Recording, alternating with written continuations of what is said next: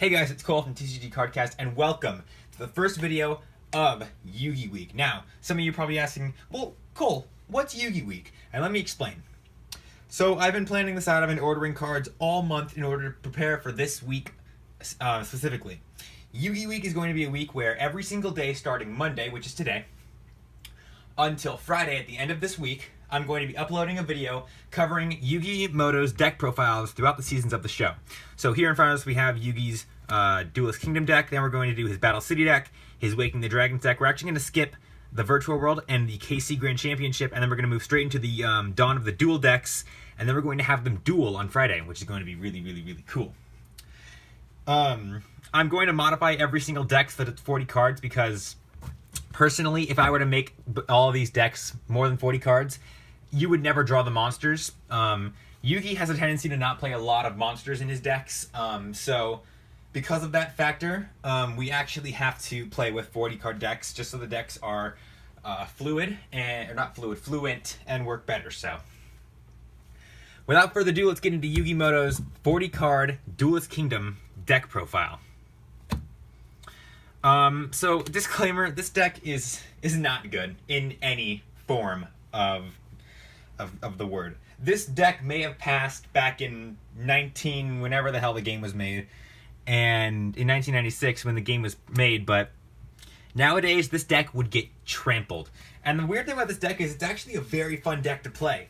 Like, I love this deck because it's so fun. Like, usually whenever I'm playing with character decks, I'm slamming cards down on the table, and I'm doing all that shit. But whenever I'm playing this deck, I'm usually finding myself doing this, which is just kind of pushing the cards into frame like they did in the show, which is really weird. Which will segue us into our very first card. So first we have Dark Magician. Every single Yugi deck always carries over the same 3 cards, I believe. There's always the same 3 cards in every single deck. That's Monsterborn, Dark Magician, and Karibo. If there's any more, I believe there aren't, but if there are any more, let me know in the comments. But Dark Magician is a Dark level 7 spellcaster, normal monster with 2500 attack and 2100 defense. The ultimate wizard in terms of attack and defense, and Yugi's favorite monster. Look at that. Isn't that cool? Next up we have the first of the 2 ritual monsters in this deck, which are the Black Luster Soldier, which is an Earth level 8 warrior ritual with 3000 attack and 2500 defense. It can only be special summoned. It can only be ritual summoned by the effect of Black Luster Ritual. So that's pretty cool. This is one of this. I think this is a very first variant of this card because it actually specifies that you need to have the number of level stars that equal 8 or more. And I don't think I've ever heard the word level stars on a card before, so there we go. I thought that was pretty cool. Next up is the last of his rituals, which is Magician of Black Chaos. A very cool card. Magician of Black Chaos is a Dark level 8 spellcaster ritual with 2800 attack and 2600 defense, and can be ritual summoned with the card Black Magic Ritual. He used this card to defeat Pegasus, which is why I love this card so much. It's a very cool card. And on Saturday I'm thinking about uploading on Saturday after the Dawn of the Duel, like the ceremonial duel. I'm considering doing an ultimate Yugi deck profile that is like all of Yugi's decks kind of mashed in together kind of thing. So we'll see about that. Next up is the classic Summoned Skull. Look at this guy. He's classic. Summoned Skull is a Dark level 6 Fiend normal monster with 2500 attack and 1200 defense. A Fiend with the dark powers for confusing the enemy. Among the Fiend-type monsters, this monster boasts considerable force. He played this card quite a lot in Duelist Kingdom, and I think a couple times in Battle City too. So, very cool. Very classic. Every single card in this deck is going to be classic, guys. Like, that's just a spoiler warning. Like, everything in this deck is classic as hell. Speaking of classic, we have the very classic Yugi combo of Gaia the Fierce Knight and Curse of Dragon. Gaia the Fierce Knight is a level 7 Earth warrior monster with 2300 attack and 2100 defense. A knight whose horse travels faster than the wind. His battle charge is a force to be reckoned with. And then Curse of Dragon, which is a Dark level 5 dragon monster with 1500. A wicked dragon that taps into dark forces to execute a powerful attack.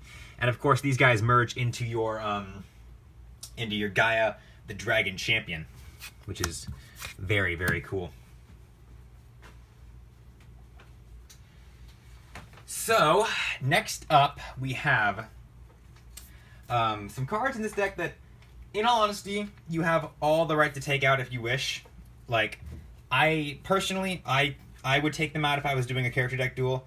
But for the hell of it, guys, I threw in all 5 pieces of Exodia. Because, to be fair, these were in Yugi's deck during the boat ride. And technically they are part of the deck.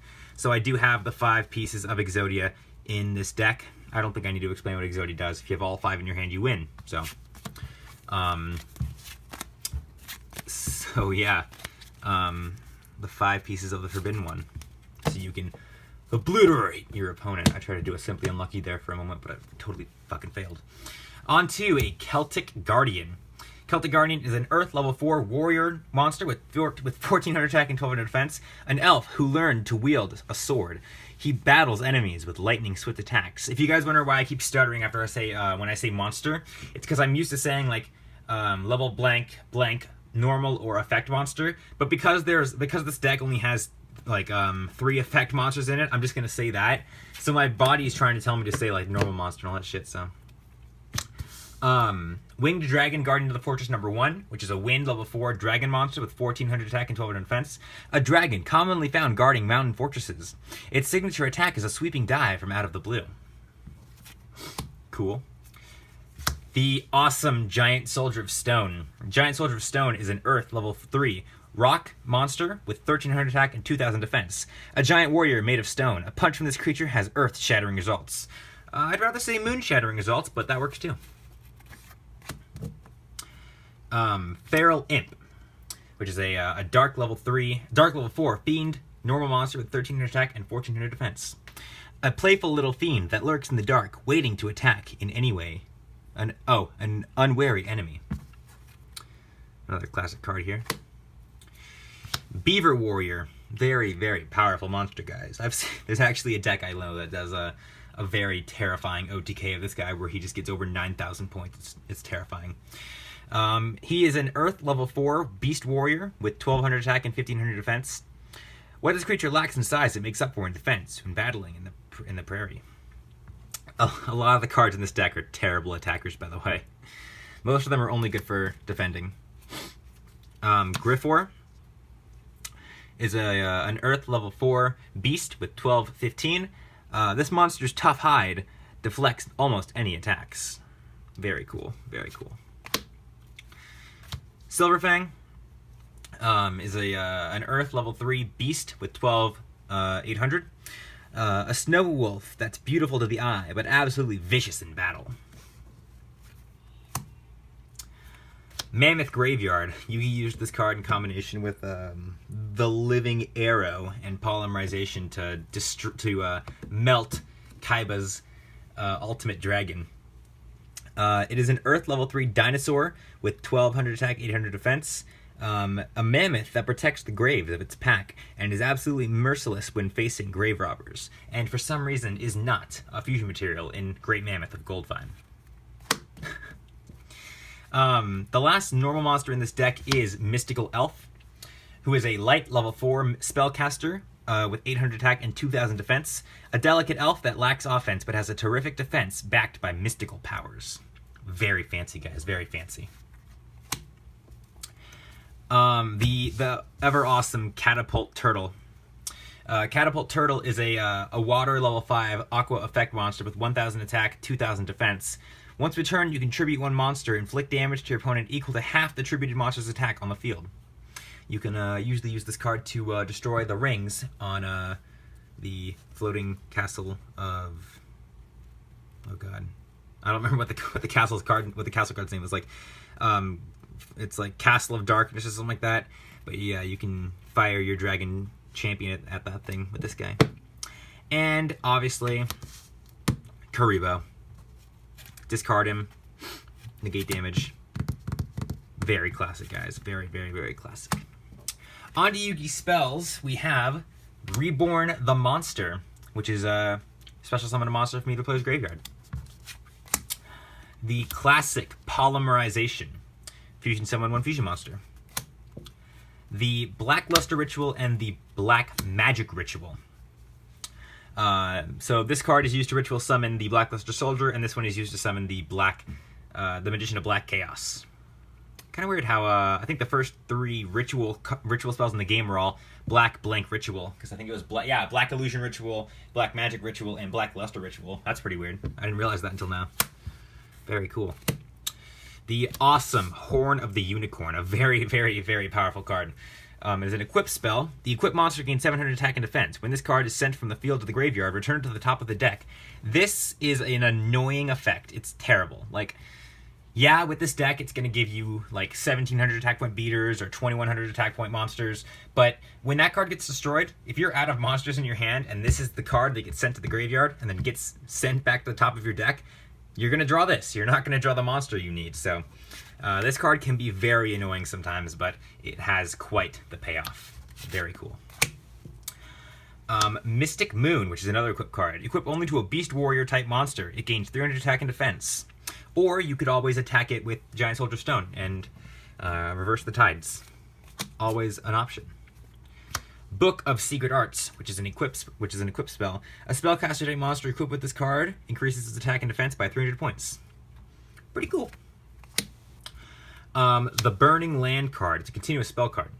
When this card is activated, if there are any field spell cards on the field, destroy them. During each player's standby phase, the turn player takes 500 damage. It also destroys forests and weakens the Ultimate Great Moth. Makiyu the Magical Mist. This card did nothing close to what it actually does. Target one summon skull or thunder type monster you control. Destroy all monsters your opponent controls with defense less than or equal to the attack of that monster. You cannot conduct your battle phase the turn you activate this card. I mean, you can also always use this card to stop your opponent's Ultimate Great Moth.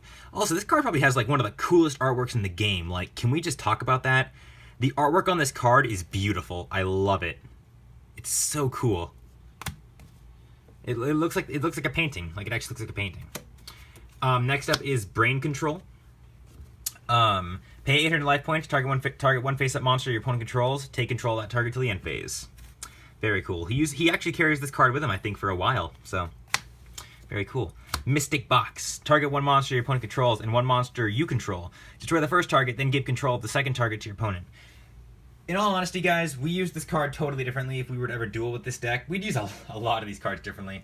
But we'd probably have to duel them against like another Duelist Kingdom deck, but we'd probably go apeshit with how these effects work, guys, like in all honesty. Multiply to make your millions of Karibos. It's a quick play spell. Tribute one face of Karibo, special summon as many Karibo tokens to the field as possible. In defense position. Very cool. Another card that stays with him for a very long time. Monster Recovery. Quick play spell. Select one of your own monsters on the side of the field and combine it with your deck. At the same time, combine your hand and deck together and shuffle the deck. Draw the same number of cards that were in your hand from the shuffled deck. That is a very interesting effect. I've actually never read that version of the effect before. I've read the modern day version of that effect, and it makes way more sense. That's so weird. Look at that, guys. I wasn't making that shit up. Combine it with your deck. Cool. The final spell card is Swords of Revealing Light, which stalls you for 3 turns, so it's pretty cool. On to Yugi's spell or trap cards, starting off with the classic Mirror Force, a card that Yugi uses with him for a very long time afterwards. When an opponent's monster declares an attack, destroy all attack position monsters your opponent controls.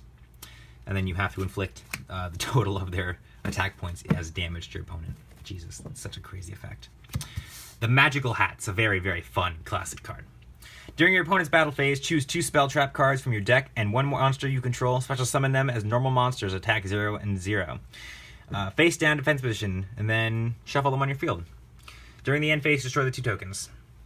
When we play this card, we always use the hat as a 4th token to make it more true to the show. But this is a very classic card, and I do like this card a lot. Another classic card is the Spellbinding Circle, another card that he uses throughout the show. Activate this card by targeting 1 monster your opponent controls. It cannot attack or change its battle position. When that monster is destroyed, destroy this card. Continuous spell. Continuous trap. Very cool. And the final trap card is Shift. When your opponent targets exactly 1 monster you control and no other cards for an attack, or with a spell/trap effect, target another monster you control that would be an appropriate target. That attack, spell, trap now targets the new target. Very, very cool. Very classic too. On to Yugi's extra deck, we have 2 cards here. We have Gaia the Dragon Champion. which is a wind level 7 dragon fusion that requires Gaia the Fierce Knight and Curse of Dragon. It has 2600 attack and 2100 defense. A very classic card that we saw throughout Duelist Kingdom. And the final card is, just in case he duels Joey, we have the Black Skull Dragon, which is a, I think it's a level 9, yeah, a dark level 9 dragon fusion effect that requires Summon Skull and Red Eyes Black Dragon. It has 3200 attack and 2500 defense. This card is always treated as an Archfiend card. Now this card is a very prime example of how fusion worked in the show. Very clearly there was no such thing as a fusion card. Well, I mean, like, there were, but like, I don't think in like the OG Yu-Gi-Oh! You actually had to have the fusion card to make those monsters. I just think you needed to know that they could fuse and then become something, because there's no way in hell that Yugi came to the island that Yugi or Joey came to the island with Black Skull Dragon, knowing Joey would win a Red Eyes Black Dragon. I just think that's perfect. That's a perfect example of how fusion worked in the olden days of the show. But that is pretty much it for this deck. I hope you guys enjoyed. I hope you guys enjoy the rest of Yugi Week. Make sure, if you want to see more of Yugi Week, make sure you guys hit the icon up in the top left corner to check out the playlist for Yugi Week when we create that. Make sure you hit the button in the center of the screen if you want to subscribe on the spot. Go down into the description to like, comment, and check out our Discord and our Patreon if you guys want to help support us. This has been Cole from TCG Cardcast with Yugi's Duelist Kingdom deck. Next week, or tomorrow, not next week, tomorrow, we're doing Yugi's Battle City deck. Peace out, guys.